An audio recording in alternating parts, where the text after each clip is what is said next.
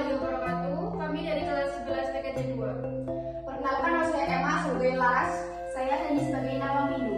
Saya Indriana sebagai Nawang Daud. Saya Indi sebagai Nawang Lintang. Saya Dila sebagai Nawang Bulan. Saya Fadlisha sebagai Jakarta. Saya Erika sebagai Morondo. Saya Betani sebagai Nawang Sari. Saya Ija sebagai Nawang Bucan. Saya Ediska sebagai Nawang Merah. Saya Fadlia sebagai narator. Di sini kita akan menampilkan drama yang berjudul Jaka Tarub dan 7 Bidadari. Selamat menyaksikan.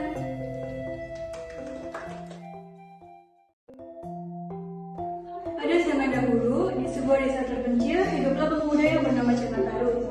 Ia tinggal bersama ibunya yang biasa dipanggil Morondo. Ayahnya sudah lama meninggal. Setiap hari, Jaka Tarub dan Morondo bertani di sawah untuk mencukupi kehidupan sehari-hari.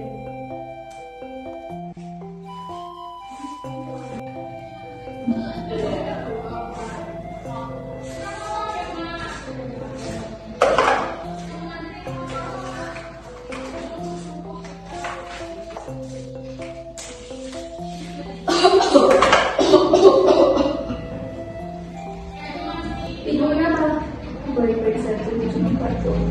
Kalau begitu, belajarlah saja yang menyelesaikan pekerjaan ibu hari ini.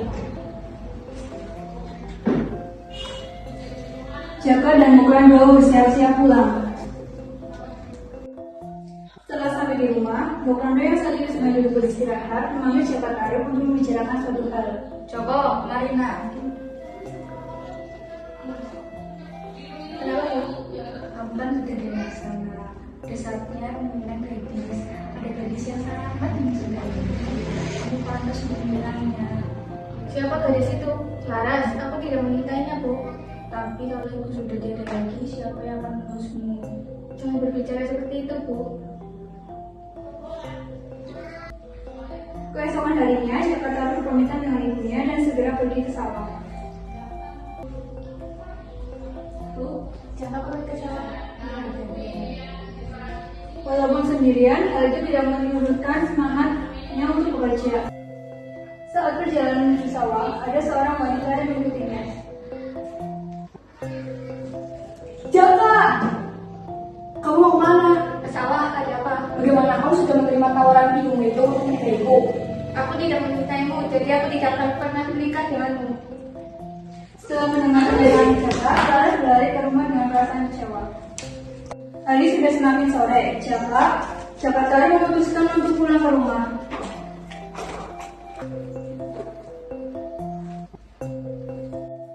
Suatu hari, di kayangan, hiduplah 7 bidadari yang bahagia dengan kehidupan mereka.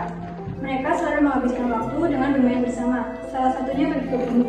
Mereka pergi ke bumi untuk mandi di sungai.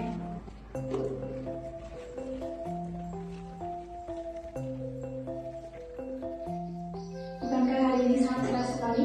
Benar sekali, adik. Rasanya pengen pergi ke bumi untuk mandi di sungai yang sejuk itu. Benar sekali, Kakak. Aku juga ingin mandi di sungai. Jika seperti itu, ayo kita ke yang lain untuk membicarakan hal ini kepada yang lain. Mereka mengambil Nawang Windu, Nawang Daud, Nawang Lintang yang sedang bersantai di taman kayangan sambil bercengkrama.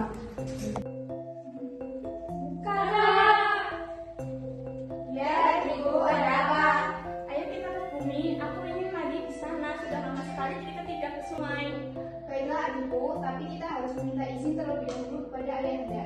Kemudian mereka meminta izin kepada sang ayah untuk pergi ke bumi. Setelah mendapat izin, mereka memutuskan untuk segera pergi. Suatu ketika Jaka Tarub sedang di hutan untuk berburu makan siang. Tanpa disengaja, ia mendengar suara wanita yang sedang bercanda.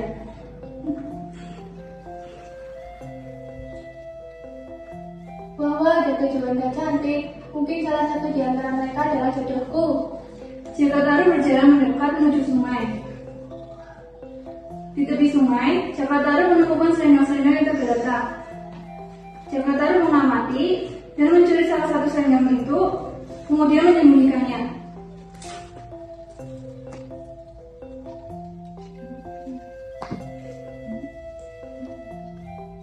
Para bidadari bergegas mengambil selendang masing-masing, lalu bersiap-siap pulang ke kayangan.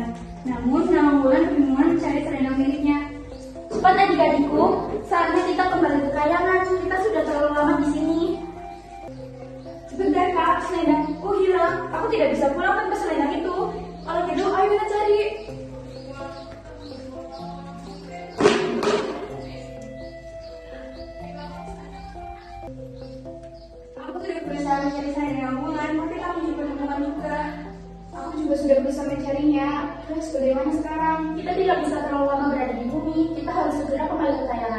kami Nawangwulan, mungkin ini sudah takdirmu untuk berada di bumi.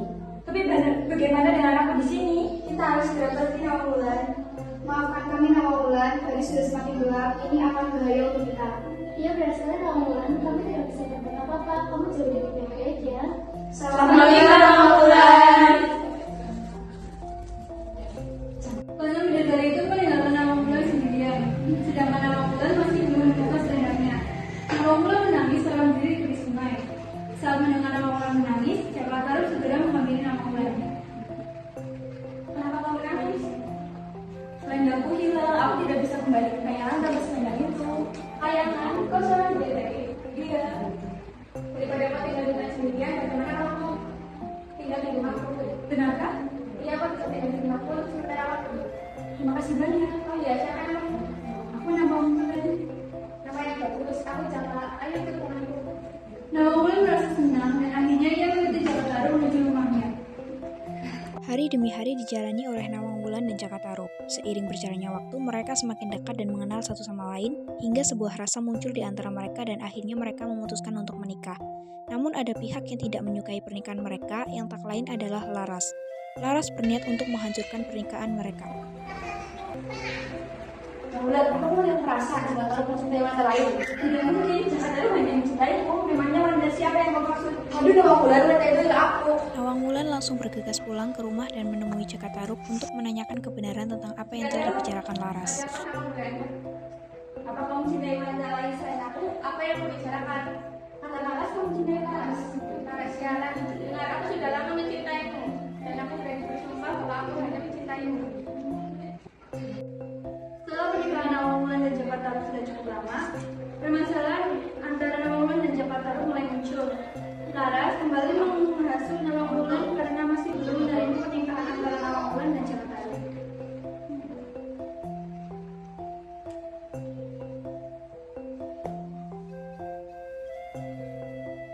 Hei Nawangwulan, apa kamu tidak pernah curiga pada suamimu itu? Apa maksudmu? Bukankah selama ini suamimu selalu melarangmu untuk tidak membawakan dia yang berisi barang-barang? Iya, itu benar. Tapi apa masalahnya? Apa kamu tidak curiga suamimu membeli sesuatu darimu?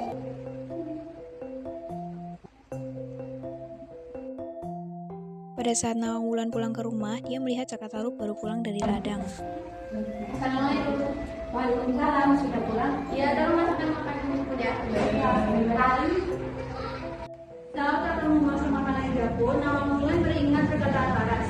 Nawangwulan segera menuju ke tempat berdiri yang dilarang untuk dibuka oleh Cakatarup. Alangkah terkejutnya, Nawangwulan saat menemukan selendangnya yang hilang di dalam peti tersebut.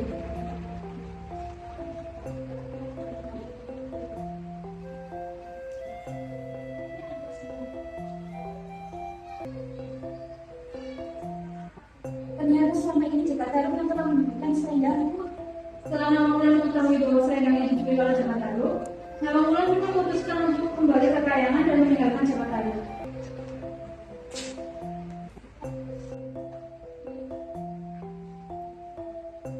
Cakatarup, teganya kau telah membohongiku selama ini. Jadi kau yang telah menyembunyikan selendangku. Maafkan aku Nawangwulan, aku mampu salah. Memang kau salah, tinggallah di bumi ini tanpa aku. Aku sudah tidak bisa lagi tinggal di sini. Apakah kau tega meninggalkanku? Dengan penuh rasa keterpaksaan, Jaka mengikhlaskan Nawangwulan untuk kembali pulang ke kayangan.